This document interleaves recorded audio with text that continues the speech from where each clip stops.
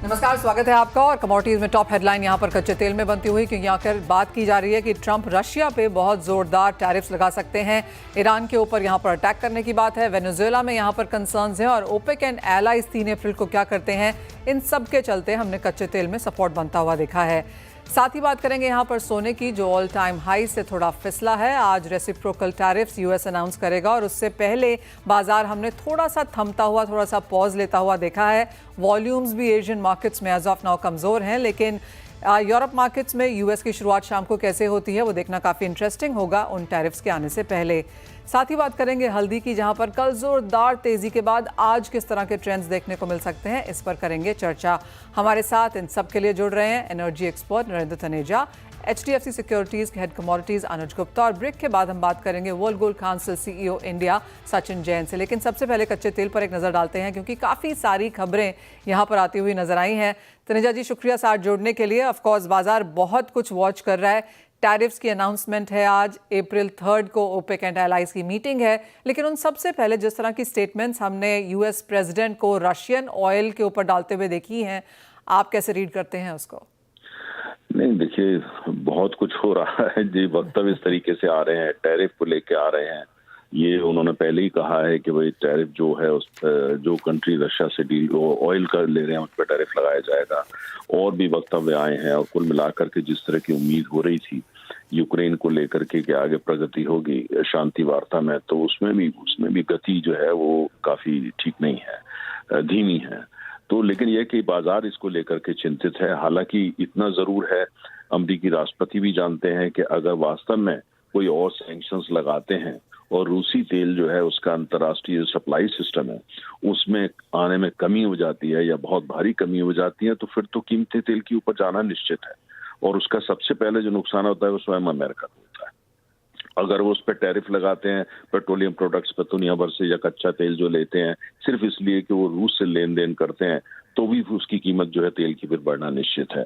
भारत जैसे देश जो अमेरिका को पेट्रोलियम प्रोडक्ट्स जो है निर्यात करते हैं, जिसमें पेट्रोल, डीजल, टर्बाइन फ्यूल, अन्य जो पदार्थ हैं, कमोडिटीज हैं, वो इसमें शामिल हैं और भारी मात्रा में करते हैं, तो उस सब पे भी टैरिफ लगता है, तो फिर तेल की कीमतें ऊपर जानी है। और खासतौर से जो रिफाइंड प्रोडक्ट्स हैं, पेट्रोल, डीजल और टर्बाइन फ्यूल, इसकी कीमत ऊपर जाएंगी। तो ये तो अब अभी तक तो बातें हो रही हैं, वक्तव्य भी आ रही हैं, लेकिन इतना जरूर है कि इस सबसे बाजार जो है उसमें बहुत बेचैनी है। जो तेल के जो ट्रेडर्स हैं उनमें बेचैनी है, उत्पादक है उनमें बेचैनी है, क्योंकि ये जो एक नई चीज आ गई है। अभी तक तो ये था सैंक्शंस होती थी, अब तो ये टैरिफ वाली जो बात शुरू हो गई है, इसको लेकर के बाजार को पहले तो समझ में नहीं आ रहा हाउ टू रिएक्ट, क्योंकि अभी तक ये था कि ये ग्लोबल कमोडिटी है और एक ग्लोबल नॉर्म्स हुआ करते थे। अब तो ये इंडिविजुअल कंट्रीज अपने अपने टैरिफ के जो वो शुरू कर देंगे, तो फिर कैसे होगा? क्योंकि 80% जो देश है दुनिया में वो ऑयल डेफिसिट है, अर्थात वो तेल का आयात करते हैं। भारत जैसे देश आयात भी करते हैं और पेट्रोलियम प्रोडक्ट रिफाइन करने के बाद निर्यात भी करते हैं, तो दोहरी मुसीबतें खड़ी हो जाती हैं।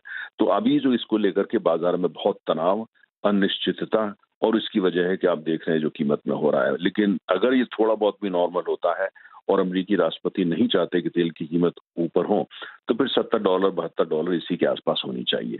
बाकी जो कुछ भी आ रहा है, अभी तक लोग बोलते थे जियोपॉलिटिकल प्रीमियम है, अब तो ये लगता है ट्रंप साहब का प्रीमियम है या टैरिफ प्रीमियम है, इस तरह की जो कुछ है। लेकिन अभी इसको थोड़ा और देखना होगा, आज भी आने वाले 24 घंटे में क्या होता है और उसमें तेल के ऊपर जो है वो कितना निशाना लगता है। Well absolutely. एक और चीज़ यहाँ पर ओपेक एंड एलाइज की जो मीटिंग है अब 3 अप्रैल को बताई जा रही है, क्या कुछ वहाँ से एक्सपेक्ट कर रहे हैं, क्योंकि ये इमीडिएटली टैरिफ्स के बाद होगी? आपको लगता है ओपेक देश अब यहाँ से कुछ क्यूज लेंगे? देखिए, ओपेक देश के पास बहुत ज्यादा मैन्यूवरेबिलिटी के गुंजाइश है नहीं, क्योंकि दुनिया का जो 60% जो तेल का उत्पादन होता है वो तो नॉन ओपेक देशों से होता है, और अमेरिका स्वयं दुनिया का सबसे बड़ा तेल उत्पादक है। और दूसरी तरफ ये है कि अब उनके सामने जो उन्होंने पहले फैसला किया है कि उत्पादन को थोड़ा बढ़ाया जाए, उसके अलावा और कुछ बचता नहीं। अगर जो है वो जो कुछ भी चल रहा है उस वजह से कीमतें ऊपर जाती हैं, और हो सकता है उसमें शॉर्ट टर्म ओपेक को फायदा हो सकता है कि कीमतें जब भी ऊपर जाती हैं बड़े उत्पादकों को फायदा होता है, खासतौर से जो ओपेक के सदस्य हैं और गल्फ वगैरह कंट्रीज के हैं।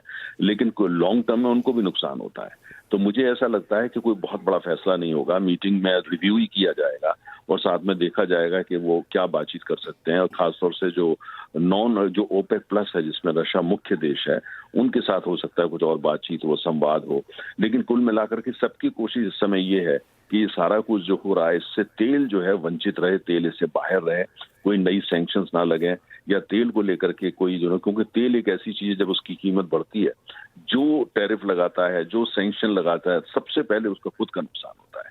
और अमेरिकी एक तरफ तो अब अमेरिकी राष्ट्रपति मैन्युफैक्चरिंग को प्रमोट करना चाहते हैं, आप चाहते हैं दुनिया भर की जो मैन्युफैक्चरिंग फैसिलिटीज है अन्य देशों से वहां आ जाए, और मैन्युफैक्चरिंग और तेल जो है इनका तो बहुत जबरदस्त रिश्ता है आपस में। आप मैन्युफैक्चरिंग बूस्ट कैसे कर सकते हैं अगर तेल की कीमतें बेकाबू हो जाए, और बिना तेल के तो मैन्युफैक्चरिंग आगे बढ़ती नहीं है। तो ये सारी जो फाइन पॉइंट्स हैं जो प्रेसिडेंट ट्रंप को देखने पड़ेंगे, और मुझे लगता है चूंकि उनको बिजनेस की समझ है, काफी बिजनेसमैन है, तो इसलिए जो कुल मिलाकर के अभी बहुत कुछ हो रहा है, मुझे लगता है ऐसा फैसला नहीं होंगे जिससे तेल की कीमतें बेकाबू हो जाए। नरेंद्र जी, अगर आप एक बेस्ट केस सिनारियो और एक वर्स्ट केस सिनारियो चूज करें, क्योंकि काफ़ी कुछ डिपेंड करेगा कि आज किस तरह के रेसिप्रोकल टैरिफ्स और कौन सी कंट्रीज पे यहाँ पर लगते हैं। Just to get a sense, I know बहुत लोगों ने यहाँ पर बहुत सारे कैलकुलेशंस किए हैं। सिटी की रिपोर्ट कहती है बेस्ट केस सिनारियो होगा अगर 5 से 10% में रेसिप्रोकल टैरिफ्स लगें और हम खत्म कर दें। वर्स्ट केस सिनारियो होगा अगर ये 15 से 30% तक जाते हैं। देखिए, ये इंडिविजुअल कंट्रीज देख रहे हैं, कुछ जो रीजनल ब्लॉक्स हैं वो इसको अपना इंटरप्रिटेशन कर रहे हैं। अब जैसे हमारा देश भारत है, हम तो किसी भी तरह का टैरिफ हमारे को सूट नहीं करता, किसी भी तरीके का। हमारे जो पेट्रोलियम प्रोडक्ट्स एक्सपोर्ट हम करते हैं उस पे, या जो कच्चा तेल हम मंगाते हैं अन्य देशों पे, जिसमें रूस भी भारी मात्रा में रूस से मंगाते हैं, ईरान को भी निशाने पे लिया गया है जैसा आप देख रहे हैं। तो कुल मिलाकर के हमको तो ये सिचुएशन सूट नहीं करती। लेकिन अगर आप बेस्ट केस सिनेरियो एंड जो वर्स्ट केस सिनेरियो, अभी जो सिनेरियो निकल के आता है ना तो वो बेस्ट है और वो वर्स्ट की तरफ ज्यादा है। तो वर्स्ट सिनेरियो को पेंट करने जब आदमी लगता है और थोड़ा सा भी आप रीजनेबल नहीं रहते तो फिर अब यू हिट द बॉटम। तो इसलिए मैं अभी थोड़ा सा वेट करूंगा। मुझे लगता है कि ये बात तेल महंगा हो ये ट्रम्प सरकार नहीं चाहती, लेकिन जो कदम उठा रहे हैं उनसे तेल महंगा होगा ये निश्चित है। तो अब उसके बीच का कोई उनको जो रास्ता निकालना पड़ेगा, और ये जानते हुए वो मैन्युफैक्चरिंग को बढ़ाना देना चाहते हैं, मेक अमेरिका ग्रेट अगेन का जो उनका फार्मूला है वो चाहते हैं, और दूसरी तरफ स्वयं तेल के सबसे बड़े उत्पादक हैं, और ये वो व्यक्ति है जिन्होंने आकर के ड्रिल बेबी ड्रिल का नारा दिया, और उससे पूरी दुनिया में जो एक तरह की एक लहर आ गई थी तेल जगत में कि अच्छा खबर है। तो वो सब चीजों को समझते हैं। तो मुझे लगता है थोड़ा हमको वेट करना चाहिए और देखना चाहिए कि बयानबाजी एक तरफ है, या आजकल तो बयान भी सारे ट्विटर पे आते हैं, वो एक तरफ है, लेकिन जो हकीकत है वो कुछ और है। अगर अमेरिकन इकोनॉमी इससे हिट होती है और अमेरिकन जो उपभोक्ता जो मेन उनका वोटर है वो हिट होता है, तो मुझे लगता है उनको सोचना पड़ेगा। और कई फैसले हमने देखे उन्होंने लिए और उसके बाद उनको रिव्यू करके विड्रॉ भी किया है। तो अभी थोड़ा वेट करना पड़ेगा, देखना पड़ेगा आज और कल और परसों कि क्या होता है। और खासतौर से जो ऑयल है जो उसको निशाने पर रखा है, क्या ये सीरियस बात है या ये ऐसी बात है, क्योंकि रूस से के बारे में भी तमाम बोल रहे हैं। रूस का तेल अगर बाजार में आना कम होता है, भारी मात्रा में सब्सटेंशियली कम हो जाए, तो तेल की कीमत ऊपर जाना निश्चित है। ओके, नरेंद्र जी, एज ऑलवेज बहुत शुक्रिया साथ जुड़ने के लिए और बहुत ही इत्मीनान से वो सारा सिचुएशन जो है समझाने के लिए भी। वेल अनुज, आपको क्या लगता है कहाँ जा रहे हैं क्रूड ऑयल प्राइसेस, और ट्रेड करना हो इन्वेस्ट करना हो तो क्या लेवल्स हैं? मनसा जी गुड मॉर्निंग। देखिए बिल्कुल क्लियर है कि ओपेक एलाइज की मीटिंग है और वहाँ पे प्रोडक्शन बढ़ाने की बात चल रही है। हो सकता है कि वहाँ पे प्रोडक्शन बढ़ता हुआ दिखाई दे तो कहीं ना कहीं एक सेलिंग प्रेशर आ सकता है। हालांकि टैरिफ का और वॉर का जो इशू है ईरान पे, वो मुझे लगता है कि थोड़ा सपोर्टिव हो सकता है। तो ओवरऑल अगर हम देखेंगे तो मार्केट अभी थोड़ा सा एक रेंज में रहेगा। बट हाँ, हमने कल एपीआई की इन्वेंट्रीज भी देखी जहाँ पर करीबन 6 मिलियन बैरल का जो सप्लाई है वो बढ़ती हुई नजर आई है। तो कहीं ना कहीं हमें लगता है कि मार्केट थोड़ा सा स्टेबल हो सकता है, और क्लियरली हमको वॉच करना पड़ेगा कि जो एग्जैक्ट डिस्कशन है वो क्या होता है। बट उसके चलते मुझे लगता है कि यहाँ पे कहीं ना कहीं आपको थोड़ी बहुत सेलिंग हायर लेवल पे देखने को मिल सकती है। तो हमें लगता है कि यहाँ पे बिकवाली का ट्रेड इंट्राडे के लिए बना के चल सकते हैं। करीबन 6150 के आसपास स्टॉप लॉस लगाएं 6215 पे। टारगेट हमें लगता है 6055 तक देखा जा सकता है। तो हमें लगता है कि इंट्राडे के लिए सेल एंड राइज की स्ट्रेटेजिक रूट पे यूज कर सकते हैं। शाम को मार्केट कैसा ओपन होता है और क्या टैरिफ प्लान चलता है उसके ऊपर फिर मार्केट डिपेंड करेगा। साथ ही साथ यहाँ पर रुपी पे क्या ध्यान है आपका अनुज, बिकॉज 85-60 के आसपास के स्तर फिलहाल? देखिए रुपी डेफिनेटली थोड़ा वीक हुआ है क्योंकि डॉलर इंडेक्स में स्ट्रेंथ लौटती हुई दिखाई दी है। हमें लगता है कि 85, 60 और 86 के बीच में रुपया आ सकता है, और रुपये में थोड़ी वीकनेस हमें लगता है कि कंटिन्यूटी यहाँ पे रुपये में रह सकती है। तो रुपया फिलहाल अगर आप देखेंगे तो थोड़ा वीकनेस की तरफ जाता हुआ दिख रहा है, और हमें लगता है कि अगर डॉलर इंडेक्स ऐसे ही स्ट्रेंथ लेगा तो फिर थोड़ी बहुत वीकनेस रुपये में और आ सकती है। अनुज, सोने में ओवरनाइट 0.25% की गिरावट थी, लेकिन चांदी 1.5% तक यहाँ पर फिसली है। मुनाफा वसूली कहेंगे, थोड़ा सा डॉलर इंडेक्स में जैसे आपने कहा बढ़त देखने को मिली है, या फिर ये एकदम टैरिफ से पहले पोजीशंस हल्की होती हुई देख रहे हैं हम?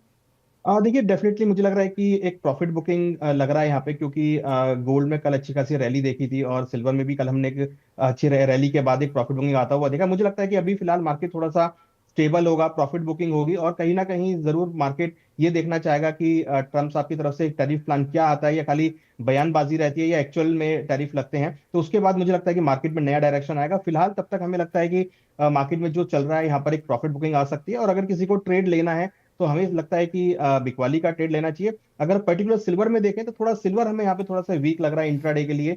सिल्वर में करीबन 1,300,000 के आसपास के लेवल्स मिले तो बिकवाली का ट्रेड ले सकते हैं। स्टॉप लॉस 1,01,000 के आसपास लगाएं। टारगेट लग रहा है कि 99,180 तक देखे जा सकते हैं। तो गोल्ड मुझे लगता है कि थोड़ा स्टेबल रहेगा और थोड़ा प्रॉफिट बुकिंग आ सकती है। सिल्वर में इंट्राडे के लिए बिकवाली का ट्रेड ले सकते हैं। तो ओवरऑल अगर हम देखें तो आज के लिए मार्केट जरूर वॉच करेगा यूएस के स्टेटमेंट्स को, और हमें लगता है कि उसके चलते थोड़ी प्रॉफिट बुकिंग आ सकती है। और मेटल्स पे फिर क्या ध्यान है? अगर आपको लगता है कि चांदी यहाँ पर फिसलेगी तो क्लियरली क्यूज यहाँ पर मेटल्स की तरफ से भी आएंगे, जहाँ पर भी हमने मुनाफा वसूली आते हुए देखी है। फिर चाहे वो कॉपर है, एल्यूमिनियम है, जिंक है, स्पेशली कॉपर में वो जो कॉमेक्स के ऑल टाइम हाई से वहां से काफी फिसला है ये। देखिए बिल्कुल एमसीएक्स में भी हमने देखा है कि 900 के नीचे अब आता हुआ दिखाई दिया है, तो कहीं ना कहीं यहाँ पर भी हम प्रॉफिट बुकिंग देख रहे हैं। तो मुझे लगता है कि आज मेटल्स के अंदर भी थोड़ी बहुत प्रॉफिट बुकिंग आ सकती है, तो यहाँ पर भी हमारा सेल कॉल ही रहेगा। कॉपर में हमें लगता है कि 899 के आसपास बिकवाली का ट्रेड ले सकते हैं। स्टॉप लॉस 906 पे लगाए, टारगेट 884 तक आ सकता है। और जिंक में भी आप देखेंगे कि अच्छे रैली के बाद प्राइस थोड़े होल्ड होते हुए दिखाई दिए हैं। यहाँ भी हमें लगता है कि बिकवाली के साथ ट्रेड ले सकते हैं करीबन 269.50 के आसपास।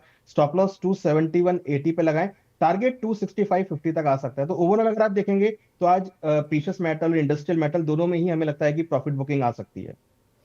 अनुज, जाने से पहले एक सेंस यहाँ पर एग्रीकल्चर स्पेस में भी, बिकॉज टैरिफ्स अगर आते हैं तो शायद कुछ एग्रीकल्चर में भी आते हुए नजर आ सकते हैं। उसके पहले बाजार थोड़ा सा सहमा जरूर है, लेकिन जो ट्रेडेबल कमोडिटीज हैं वहां पर क्या सेंस बनानी चाहिए? देखिए ऑलरेडी एग्री में काफी प्राइस करेक्ट हो चुके हैं, और हम देख रहे हैं कि अगर आप पर्टिकुलर मसालों की बात करें तो वहां पर कहीं ना कहीं थोड़ी रिकवरी आती हुई दिख रहा है। हम एक्सपेक्ट भी कर रहे हैं कि मसाले ऑलरेडी ओवर सोल्ड में और फिजिकल मार्केट में डिमांड भी अच्छी है। तो हमें लगता है कि मसालों के अंदर एक रिकवरी का ट्रेंड यहाँ पे देखा जा सकता है, और नई खरीदारी भी यहाँ पर हमें आती हुई दिख रही है। तो हमें लगता है कि टैरिफ का ज्यादा इंपैक्ट एग्री पे नहीं होगा, क्योंकि ऑलरेडी काफी डिस्काउंट हो चुके हैं। मुझे लगता है कि यहाँ से रिकवरी का ही ट्रेंड आपको देखने को मिल सकता है। ऑल राइट, तो काफ़ी ज़्यादा पिटाई हो चुकी है ऑलरेडी और कुछ खरीदारी यहाँ से देखने को मिल सकती है, तो मुनाफा ऊपर की तरफ कमाया जा सकता है। अनुज, बहुत शुक्रिया साथ जुड़ने के लिए। वेल, इसी के साथ एक ब्रेक के लिए भी रुकेंगे। जब लौटेंगे तो हमारे साथ होंगे वर्ल्ड गोल्ड काउंसिल के सीईओ इंडिया सचिन जैन। उनसे जानेंगे कि सोने में अब यहाँ पर क्या करना चाहिए और टैरिफ्स के बाद की लाइफ कैसी रह सकती है। स्वागत है आपका। हमारे साथ अब मौजूद हैं वर्ल्ड गोल्ड काउंसिल के CEO India Sachin Jain, exclusive बातचीत के लिए सीएनबीसी आवाज के साथ। सचिन, आज 2 अप्रैल है। आज बाजार ट्रंप के रेसिप्रोकल टैरिफ्स का इंतजार कर रहा है और उससे पहले सोने में अच्छी खासी उठापटक जारी है, कुछ मुनाफा वसूली है। इस साल में अब तक 20 बार सोने को रिकॉर्ड हाई हम बनाते हुए देख चुके हैं। यहां से बाजार की नजर कैसी रहेगी, कहां रहेगी और चाल कैसी होगी? मनीष जी, पहले तो आपका बहुत बहुत धन्यवाद दैट आप लोगों ने हमारे को बुलाया और हम आपके द्वारा हम आपके दर्शकों को बता पाएंगे क्या चल रहा है।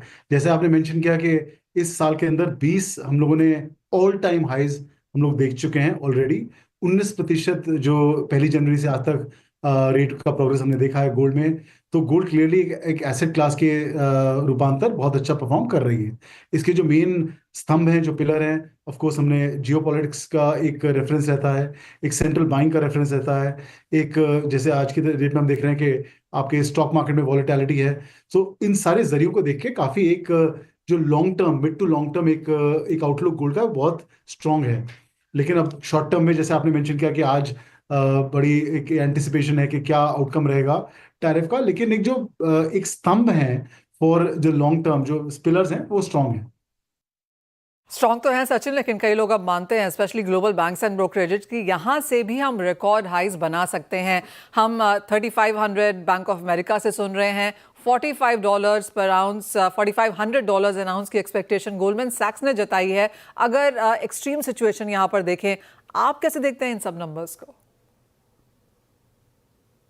हमारा सोचना ये है, मनीषा, हमने पहले भी इस बारे में बात करी थी कि गोल्ड को एक लॉन्ग टर्म एसेट के हिसाब से अब देखें, बहुत शॉर्ट टर्म से ना इसमें प्ले करें। मतलब it is very risky to do that. और एक लॉन्ग टर्म एक दृष्टिकोण से अगर आप देखें तो gold is a great hedge. Gold एक बहुत अच्छा डाइवर्सिफायर है। और हमने पर्टिकुलरली देखा है कि इस इस पिछले साल में और अभी भी जो वित्तीय निवेशक हैं उनका एक नजरिया रहता है कि उनके पोर्टफोलियो में कितनी डाइवर्सिफिकेशन है। तो गोल्ड की जो एक पेनिट्रेशन जो हमें बहुत जस्टिफाई करनी पड़ती थी पहले कि 10% से 15% है, तो वो आजकल बहुत एक वैल्यूएबल इनपुट के हिसाब से हर जना इम्प्लीमेंट कर रहा है। तो एक डाइवर्सिफायर के हिसाब से इसको आप देखें और एक लॉन्ग टर्म जरिए के हिसाब से देखें। साथ ही साथ इतने हाई प्राइसेस पर अगर हम यहाँ से भी हायर नंबर्स देख रहे हैं सचिन, तो नए निवेशक आप कहाँ से आता हुआ देखते हैं? क्या ये स्मार्ट मनी है, नई जनरेशन है, मौजूदा निवेशक और पैसा यहाँ पर डालने वाले हैं? क्योंकि अब सोना भारतीय बाजारों में 1 लाख के ऊपर चला गया है, तो ये बायर्स अब कहाँ से होंगे, कौन होंगे? तो हमने जैसे मनीषा काफी हम लोग स्टडी करते हैं कंज्यूमर कौन ज्यादा इंक्लाइंड है। तो पर्टिकुलरली यंगर कंज्यूमर जो एक फाइनेंशियली सेवी यंग इंडिया है, जिसके जिसके बेस पे हम आगे विकसित भारत 2047 की तैयारी में है, एक ये इन्वेस्टर काफी जैसे अवेयर है, काफी इसको मालूम है, और एक इनकी दृष्टिकोणता भी के हिसाब से गोल्ड में हमने काफी अप्रिसिएशन देखी। और ईटीएफ जो एक हमारा एक प्रोडक्ट है, जो एक रेगुलेटेड प्रोडक्ट है, और हर एक यूनिट ईटीएफ का जो आपको 0.01 ग्राम पे भी आप गोल्ड पे एंट्री कर सकते हैं। जब भी आप खरीदते हैं, चाहे 80 रुपए 90 रुपए का खरीदें, चाहे 90,000 का खरीदें, चाहे 90 लाख का खरीदें, इट्स ऑलवेज एक फिजिकल गोल्ड को बैक करके ये दिया जाता है। और इसमें हमने काफी जो बढ़ोतरी देखी इस साल की। और इसके साथ साथ अगर आप देखें कि जैसे कंज्यूमर जो दुकानों पे आ रहे हैं अभी थोड़ा रुक के चल रहे हैं, लेकिन हमारा सोचना है कि एक ऐसे हम लोग पायलट्स कर रहे हैं कि जो एक फाइनेंशियल मार्केट है और एक ज्वेलरी मार्केट है, कुछ एक तरह से पास पास आए। हम लोग ईटीएफ की एक फंजिबिलिटी एक पायलट शुरू कर रहे हैं, जिसमें कंज्यूमर जिसके पास एक ईटीएफ रहेगा वो एक फिजिकल दुकान में जाके ज्वेलरी खरीद सकता है। तो इसके हिसाब से हमें लगता है कि यंगर इंडिया काफी गोल्ड की तरफ इंक्लाइंड है और हो रहा है। और हमारे को एज ए इंडस्ट्री काफी काम करना पड़ेगा, कुछ नए प्रोडक्ट्स उनके सामने रखने पड़ेंगे, इसको एक तरह से थोड़ा सा कूल करना पड़ेगा, यंग बनाना पड़ेगा गोल्ड को। और ये आप कई सारे स्टेप्स आते हुए कुछ महीनों में देखेंगे।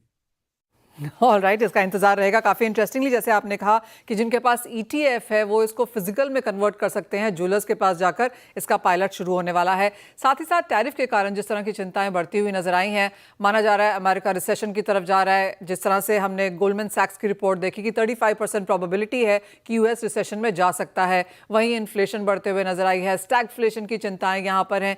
क्या ये सब चीज़ें गोल्ड को सपोर्ट करेंगी आगे जाते हुए? तो यूएस में मनीषा जैसे आपने मेंशन किया, स्टैगफ्लेशन इसकी काफी एक एक आशंका है कि ये आती नजर आ रही है। गोल्डमैन सैक्स ने अभी पीछे रिपोर्ट एक जारी करी है जिसमें कभी 35% की प्रोबेबिलिटी है कि यूएस मार्केट एक रिसेशन में जा रहा है। तो सर्टनली ये तो इम्पोर्टेंट है। और फेड ने भी करीब 2 रेट कट का अनाउंसमेंट इस साल में करा है। तो इन सब चीजों को मद्देनजर रखते हुए सर्टनली गोल्ड के लिए पॉजिटिव हैं। लेकिन मैं दोबारा रिपीट करूंगा कि थोड़ा long term point of view से देखें जब भी गोल्ड में इन्वेस्ट करें, ना कि बहुत एक शॉर्ट टर्म व्यू से। ऑलराइट, जहां तक लॉन्ग टर्म की बात है, हमने सोने में पिछले हफ्ते चाइनीज इंश्योरेंस कंपनीज की तरफ से अच्छी खासी खरीदारी देखी है। 10 में से 4 इंश्योरेंस कंपनीज ने सोने में खरीदारी शुरू भी कर दी है। बाजार का इसका लॉन्ग टर्म इम्पैक्ट आप क्या आता हुआ देखते हैं? ये एक बहुत अच्छा एक आई वुड से एक नया मार्केट एक तरह से आप बोले कि जो गोल्ड की कंजम्पशन के लिए बढ़ रहा है। वर्ल्ड गोल्ड काउंसिल की चाइना की जो टीम है वो काफी समय से इस पे काम कर रही है, करीब और से 10 साल से इस पे एक डिस्कशन और एक निरंतर एक कम्युनिकेशन चल रहा था सरकार के साथ और इंश्योरेंस कंपनी के साथ। और हमने देखा कि इनका आउटकम निकला इन लोगों के पास। अगर आप इनका एयूएम देखें, उसमें अगर आप इवन इमेजिन करें कि 1% कि अगर वो एलोकेशन गोल्ड पे करते हैं, तो वो बहुत करीब 20 से 25% की जो आज की कंजम्पशन है गोल्ड की पूरे साल में, वो उस पर एडिशनल होगी। और सिमिलर ऐसी कॉन्वर्सेशंस हम और अलग मार्केट्स में भी कर रहे हैं। भारत में भी हमारी कॉन्वर्सेशन सरकार के साथ और रेगुलेटर के साथ चालू है। और एक अच्छी डाइवर्सिफिकेशन अगर आप देखें इन्वेस्टमेंट के पॉइंट ऑफ व्यू से, एक अच्छा डाइवर्सिफिकेशन अगर गोल्ड के साथ मिल रहा है और एक सेफ हेवन मिल रहा है, तो इंश्योरेंस कंपनी हुई, आपकी बाकी जैसे पेंशन फंड्स हुए, ये भी इसको कंसिडर करना चाहिए। और चाइना मार्केट ने बढ़ोतरी ली है और पहला स्टेप लिया है, और एक पूरे वर्ल्ड के लिए बहुत अच्छा एक एग्जाम्पल रहेगा। तो लेट्स सी। और हमारा सोचना है कि काफी this will open up a bigger opportunity for gold. Sachin, अगर गोल्ड के प्राइसेस को देखा जाए तो हमने record 91,000 plus kind of levels देखे हैं। अब इसके ऊपर अगर जीएसटी मेकिंग चार्ज जोड़ें तो हम 1 लाख पर 10 ग्राम्स के ऊपर कारोबार कर रहे हैं। इन स्तरों पर आपको लगता है इंडियन कंज्यूमर ये prices as of now digest कर पा रहा है? नहीं, आपका बिल्कुल कहना सही है मनीषा, क्योंकि एक हमारा जैसे कंज्यूमर होता है वो तो अपने बजट को लेके आगे चलते हैं। अगर आपका जैसे वेडिंग बाइंग एक काफ़ी इंपॉर्टेंट एक सेगमेंट रहता है हमारी कंजम्पशन में, गोल्ड की ज्वेलरी में। तो अगर किसी परिवार ने एक सर्टन इन्वेस्टमेंट लेके एक बजट बनाया है, तो वो अगर दुकान में जाए तो वो उनका बजट उस हिसाब से नहीं बढ़ रहा, तो एक certainly it's a shock, but it's a good shock. I mean हम लोग कंज्यूमर सेंटिमेंट स्टडी करते हैं, और कंज्यूमर को जितने भी वो उससे ऐसा नहीं है कि अगर क्योंकि रेट बढ़ रहे हैं तो वो हमारी एक गोल्ड की कंजम्पशन से दूर जा रहा है, वो और कॉन्फिडेंटली खरीद रहा है, लेकिन अपने बजट में खरीद। लेकिन अगर मिड टू लॉन्ग टर्म आप देखेंगे तो इसका एक पॉजिटिव इम्पैक्ट रहेगा। जो कंज्यूमर दुकान में जा रहे हैं उनको, कि whether they should buy gold और any other your precious element, उनका जरूरी गोल्ड पे कॉन्फिडेंस बढ़ेगा। ऑल राइट सचिन, एक फाइनल सवाल। 2024 काफ़ी वॉलेटाइल था और 2025 की तो शुरुआत बिल्कुल अलग ही लेवल पे हुई है। जिस तरह की वॉलेटिलिटी और गेन्स हमने यहाँ पर बनते हुए देखे हैं, ऐसे में निवेशक कहाँ निवेश करें, कैसे करें, कब करें? कोई राय है वर्ल्ड गोल्ड काउंसिल की तरफ से? पहली चीज के एक तो मनीषा, जैसे गोल्ड आपने बोला काफी अच्छा एक परफॉर्मेंस रहा है, तो आप गोल्ड के अलग अलग यूसेजेस हैं। आप ज्वेलरी में ये एडॉर्नमेंट है, ये एक आपकी फैमिली की हेरिटेज रहती है, एक हेirloom रहती है। तो हमने देखा है कंज्यूमर्स को वापस आ रहे हैं काफी स्ट्रॉन्ग तरह से। जो मैन्युफैक्चरर्स हैं और रिटेलर्स हैं, उन्होंने बहुत मेहनत करके एक बड़े क्रिएटिव प्रोडक्ट्स निकाले हैं। हमारा सोचना ये है कि जैसे एक बुलियन बाइंग होती थी जिसमें ये जो सोने के सिक्के की एक वृत्ति थी एक परिवार में कि दिवाली पे मिलना है। मैं बिलीव कर रहा हूँ कि काफी आप देखेंगे नए तौर से कंटेम्पराइजेशन, एक जिसे कहते हैं मॉडर्न तरह से एक गोल्ड कॉइन्स मार्केट में आने वाले हैं। वो भी एक नया जरिया रहेगा। लेकिन आपका आपके कंज्यूमर को, आपके दर्शकों को मैं ये बोलूंगा कि गोल्ड को अपने पोर्टफोलियो में, अपने उसमें जरूर रखें। It's a very important area. आपको ज्वेलरी खरीदने हैं आप जरूर लें, आपको ईटीएफ लेने हैं उसमें लें, लेकिन गोल्ड में इन्वेस्टेड रहें। राइट, तो वो राय यहाँ पर आती हुई, स्पेशली एट अ टाइम जब गोल्ड के प्राइसेस ने यहाँ पर आउट परफॉर्म किया है दूसरे कई एसेट क्लासेस को। एक्सपेक्टेशन यही है कि जिस तरह की सेफ हेवन बाइंग या अनसर्टिटी मार्केट्स में है, उसका फायदा गोल्ड आगे जाकर भी यहाँ पर उठा सकता है। बहुत शुक्रिया सचिन, हमारे साथ आज CNBC आवाज पर बात करने के लिए। बल एलआईसी के साथ हमारे पास इतना ही समय है आज।